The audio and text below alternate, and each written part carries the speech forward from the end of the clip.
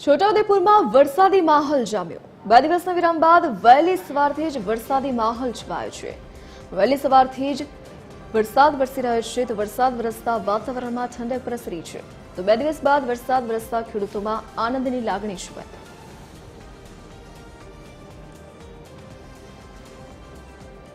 સંવાદદાતા અજય જાની ફોનલાઈન પર જોડાઈ ગયા છે। જી અજય, હાલ છોટાઉદેપુરમાં વરસાદની શું સ્થિતિ?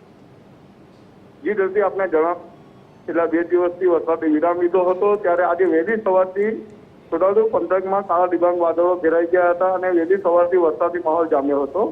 ત્યારે છોટાઉદેપુર નગર સહિત છેલ્લા અડધો 1 કલાકથી વરસાદ ચાલુ જ છે। જ્યારે બીજા તાલુકાની વાત કરીએ તો જેતપુરમાં બી ધીમી ધારે વરસાદ વરસી રહ્યો છે અને બોડેલીમાં બી ધીમી ધારે વરસાદ વરસી રહ્યો છે। જી અજય, વિગત બદલ આપનો આભાર।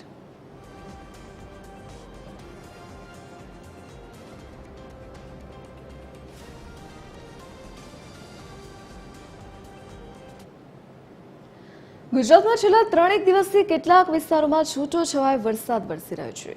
ભાવનગર શહેરના વાતાવરણમાં બપોરે પલટો આવ્યો। શહેરમાં અચાનક વરસાદી માહોલ સર્જાયો છે। શહેરમાં ક્યાંક ધીમી ધારે તો ક્યાંક ધોધમાર વરસાદ ચાલુ થયો છે। વરસાદ શરૂ થતા વાતાવરણમાં ઠંડક પ્રસરી।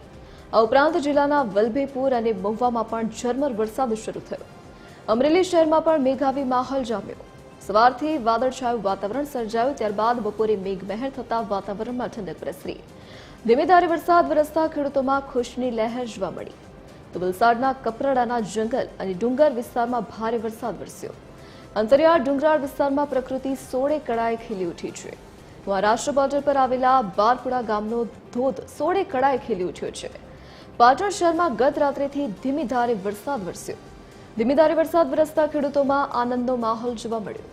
બનાસકાંઠાના ડીસામાં 4 કલાકમાં ભારે વરસાદ વરસ્યો।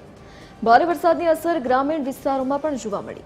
ડીસાના બાયવાડા ગામે ભારે વરસાદના પગલે પાણી ભરાતા ગામ લોકોની મુશ્કેલી વધી છે। ઉલ્લેખનીય છે કે રાજ્યમાં અત્યાર સુધી નોંધાવો જોઈએ તેના કરતાં 80% વધુ વરસાદ નોંધાયો છે।